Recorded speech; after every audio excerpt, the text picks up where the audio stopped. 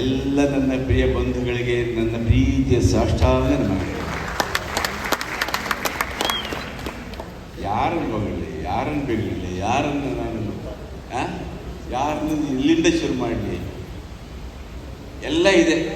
ಶ್ರೀನಿವಾಸ ರಾಜು ಅವರಿಂದ ಹಿಡಿದು ಪ್ರಶಾಂತ್ ರಾಜು ಅವರಿಂದ ಹಿಡಿದು ಎಲ್ಲ ಸಚಿನ್ ಶ್ರೀಧರ್ ಎಲ್ಲರಿಗೂ ಹಿಡಿದು ನನಗೆ ಹೇಳಿಕ್ಕೆ ಬರೋಲ್ಲ.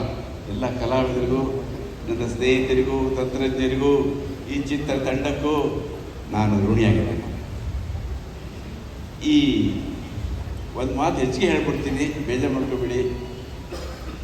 ಈ ಗಣೇಶ್ ಅನ್ನುವ ಗಣೇಶ ಶಕ್ತಿ ಇದೆಯಲ್ಲ, ಅದು ಏನಿದೆಯೋ ಗೊತ್ತಿಲ್ಲ, ಜಾಸ್ತಿ ಹೊಗಳ್ತಾ ಇಲ್ಲ ನಿಮ್ಮನ್ನು.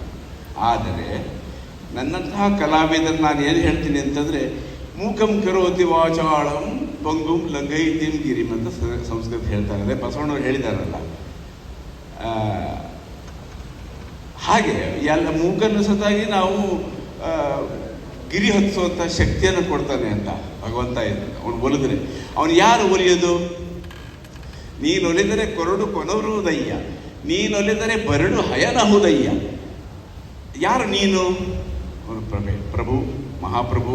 ಅಲ್ಲಿ ಕೂತಿರ್ತಾನಲ್ಲ ನಮ್ಮನ್ನು ನೋಡೋನು, ಅವನು ಯಾರನ್ನ ಎಲ್ಲಿ ಬೇಕಾದ್ರೆ ಹೆಂಗೆ ಬೇಕಾದ್ರೆ ಆಟ ಆಡಿಸ್ತಾನೆ. ಕನ್ನಡ ಚಿತ್ರರಂಗದಲ್ಲಿ ಆ ಪ್ರೇಕ್ಷಕ ಎನ್ನುವ ಮಹಾಪ್ರಭು ನಮ್ಮನ್ನೆಲ್ಲ ಇಲ್ಲಿವರೆಗೂ 25 ದಿವಸ ಧ್ವಜ ಹಾರಿಸೋದು ಮಾಡಿದ್ದಾನೆ. ಮೊದಲು ಅವರಿಗೆ ಧನ್ಯವಾದ ಹೇಳ್ಬಿಡೋಣ. ಆದರೆ ಸೂಕ್ಷ್ಮವಾಗಿ ಹೇಳಬೇಕಂತಂದರೆ ಕನ್ನಡ ಚಿತ್ರರಂಗ ಒಂಥರ ಮಾಯಾ ಲೋಕ. ಎಲ್ರಿಗೂ ಗೊತ್ತೇ ಇದೆ, ಸಿನಿಮಾ ರಂಗ ಮಾಯಾ ಲೋಕ. ಪ್ರತಿ 10 ವರ್ಷಕ್ಕೆ ಕಣ್ಣು ಕೂರ್ತಿದ್ದಾರೆ ಇವನ ಸಲ. 10 ವರ್ಷ ಆದಮೇಲೆ ಇನ್ನೇನು ಸಿನಿಮಾಗಳೆಲ್ಲ ಇಲ್ಲ ಬೇಡ, ಅದು ಯಾರು ಸಿನಿಮಾ ನೋಡಲ್ಲ, ಯಾರು ಆ ಥರ ಒಂಥರ ವಿಚಿತ್ರ ಧ್ವನಿಗಳು ನಾನು ಕೇಳಿದ್ದೀನಿ. ನಾನು 20, 30, 40 ವರ್ಷದ ಸರ್ವಿಸಲ್ಲಿ 10 ವರ್ಷ ಆದ ತಕ್ಷಣ ಆ ಸ್ಟಾರ್ ಬರ್ತಾನೆ, ಇಂಥ ಸ್ಟಾರ್ ಬರ್ತಾರೆ. ಗಣೇಶ್ ಅಂತವ್ರು ಬರ್ತಾರೆ, ಶಿವಕುಮಾರ್ ಬರ್ತಾರೆ, ಮತ್ತೆ ಯಾರೋ ಬರ್ತಾರೆ. ನಾವೆಲ್ಲ ಚಿತ್ರರಂಗದಿಂದ ಸಾಕಷ್ಟು ಬೆನಿಫಿಟ್ ತಗೊಂಡ್ರೆ ಚಿತ್ರರಂಗವೇ ಇಂಥವ್ರಿಂದ ಬೆನಿಫಿಟ್ ತಗೊಳ್ತಾರಲ್ಲ ಅಂತ ನನ್ನ ಸಂತೋಷ. ಅದು ಬೇಕು, ಚಿತ್ರರಂಗಕ್ಕೆ ಬೇಕು. ಭಗವಂತ ಇಟ್ಟು ನಿಮಗೆ ಚಿತ್ರರಂಗ ತುಂಬ ಇಟ್ಕೊಳ್ಳಿ. ಶ್ರೀನಿವಾಸರಾಜವರಂತ ತುಂಬ ಇಟ್ಕೊಳ್ಳಿ. ನಮ್ಮ ಅನ್ನದಾತ ಪ್ರಶಾಂತರವ್ರನ್ನ ತುಂಬ ಇಟ್ಕೊಳ್ಳಿ. ಅವ್ರಿಗೆ ದೇವರು ಒಳ್ಳೇದು ಮಾಡಲಿ ಅಂತ ಮನದುಂಬಿ ಹಾರೈಸಿ ನನ್ನ ಬಡಬಡಿಕೆಯನ್ನು ಮುಗಿಸ್ತೇನೆ. ಶುಭಾಶಯಗಳು, ಎಲ್ರಿಗೂ ಧನ್ಯವಾದ.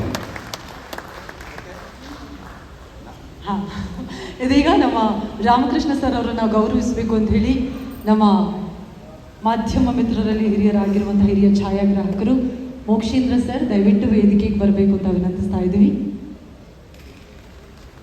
ಮೋಕ್ಷ ಸರ್ ದಯವಿಟ್ಟು ವೇದಿಕೆಗೆ ಬರಬೇಕು, ಚಪ್ಪಾಳೆ ಬರಲಿ.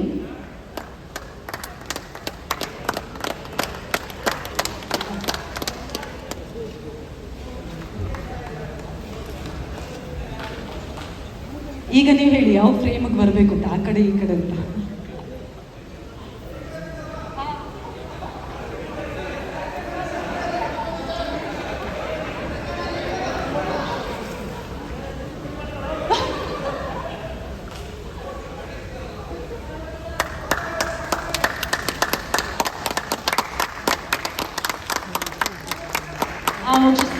ಎಲ್ಲ ಕ್ಯಾಮ್ರಾ ನಮ್ಮೇ ನೋಡ್ಕೊಂಡ್ಬಿಡಿ.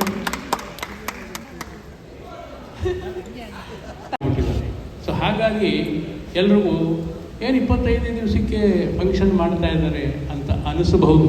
ಆದರೆ ಇದು ನಮಗೆ 25 ವಾರಗಳು ಓಡಿದಷ್ಟು, ಆಗಿನ ಕಾಲದ 25 ವಾರ ಓಡಿದ್ರೆ ಎಷ್ಟು ಅಮೌಂಟ್ ಕಲೆಕ್ಷನ್ ಆಗ್ತಿತ್ತೋ ಅಷ್ಟೇ ಅಮೌಂಟು 25 ದಿನಗಳಲ್ಲೇ ಕಲೆಕ್ಷನ್ ಆಗಿದೆ.